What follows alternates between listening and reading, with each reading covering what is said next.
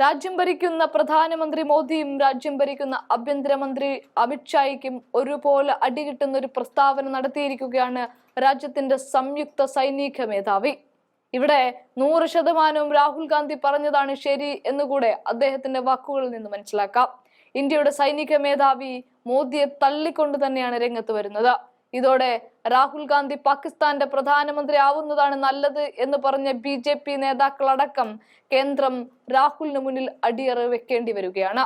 India Pak യുദ്ധസമാനമായ രൂക്ഷമായ സംഘട്ടനത്തിനു ശേഷം പാകിസ്ഥാന്റെ ഭീകര കോട്ടകൾ ഇന്ത്യ തകർത്തു എന്ന തരത്തിൽ വലിയ വാർത്തകൾ പരക്കുമ്പോൾ അതെല്ലാം തന്നെ മോദിയുടെ പ്രതിച്ഛായ ഉയർത്തിയപ്പോൾ റെയിൽവേ ടിക്കറ്റുകളിൽ പോലും ഓപ്പറേഷൻ സിന്ധൂരും മോദിയും കടന്നുകൂടി. എന്നാൽ അതിനുമപ്പുറത്ത് എന്തൊക്കെ നാശനഷ്ടങ്ങൾ പാകിസ്ഥാനിൽ നിന്നുണ്ടായി എന്ന തരത്തിലേക്ക് കാര്യങ്ങളെ ഇന്ത്യ കൊണ്ടെത്തിച്ചപ്പോൾ രാജ്യത്തിന്റെ പ്രതിപക്ഷ നേതാവ് എന്ന നിലയിൽ രാഹുൽ ഗാന്ധി ചോദിച്ച പ്രസക്തമായ ഒരു ചോദ്യമുണ്ട്.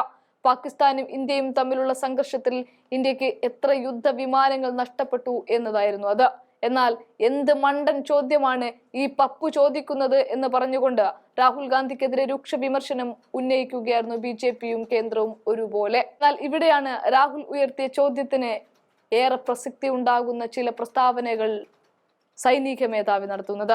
ഓപ്പറേഷൻ സിന്ദൂറിലൂടെ ഇന്ത്യയുടെ യുദ്ധവിമാനങ്ങൾ പാകിസ്ഥാൻ വെടിവെച്ചിട്ടുണ്ട് എന്ന് തന്നെ വെളിപ്പെടുത്തുകയാണ് സംയുക്ത സൈനിക മേധാവി അനിൽ ചൗഹാൻ. അന്തർദേശീയ മാധ്യമത്തിന് നൽകിയ അഭിമുഖത്തിനാണ് അനിൽ ചൗഹാന്റെ പ്രതികരണം. എന്നാൽ 6 വിമാനങ്ങൾ വെടിവെച്ചിട്ടു എന്ന പാകിസ്ഥാന്റെ പ്രചാരണം തെറ്റാണ് എന്നും അദ്ദേഹം വ്യക്തമാക്കുന്നുണ്ട്.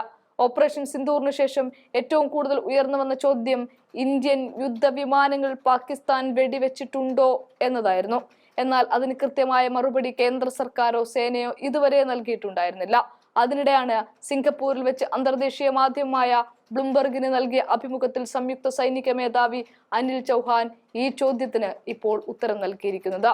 ഇന്ത്യയുടെ യുദ്ധവിമാനം തകർന്നതല്ല, എന്തുകൊണ്ട് തകർന്നു എന്നതാണ് പ്രധാനമെന്നാണ് അദ്ദേഹം ഇവിടെ പറഞ്ഞു വെക്കുന്നത്. യുദ്ധവിമാനം വീണതിനെ കുറിച്ചല്ല, എന്തുകൊണ്ട് തകർന്നു എന്നത് തന്നെയാണ് പ്രധാനം. തന്ത്രപ്രധാനമായ തെറ്റുകൾ മനസ്സിലാക്കാനും അനുചിതമായ പരിഹാരം കണ്ട് തിരുത്താനും ഞങ്ങൾക്ക് സാധിച്ചു എന്നും അദ്ദേഹം വ്യക്തമാക്കുന്നുണ്ട്.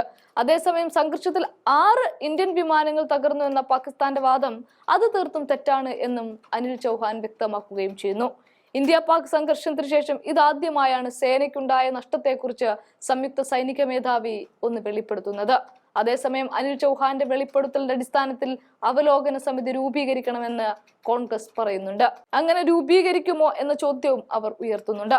കാർഗിൽ യുദ്ധത്തിനു ശേഷം വാജ്പേയി സർക്കാർ കാർഗിൽ അവലോകന സമിതി രൂപീകരിച്ചിരുന്നു എന്ന് ജയറാം രമേശ് എക്സിലൂടെ ഓർമ്മപ്പെടുത്തിക്കൊണ്ടാണ് ഇനി ഈ മോദി സർക്കാർ അത്തരത്തിലൊരു അവലോകന യോഗത്തിലേക്ക് പോകുമോ എന്ന ചോദ്യം ആവർത്തിക്കുന്നത്.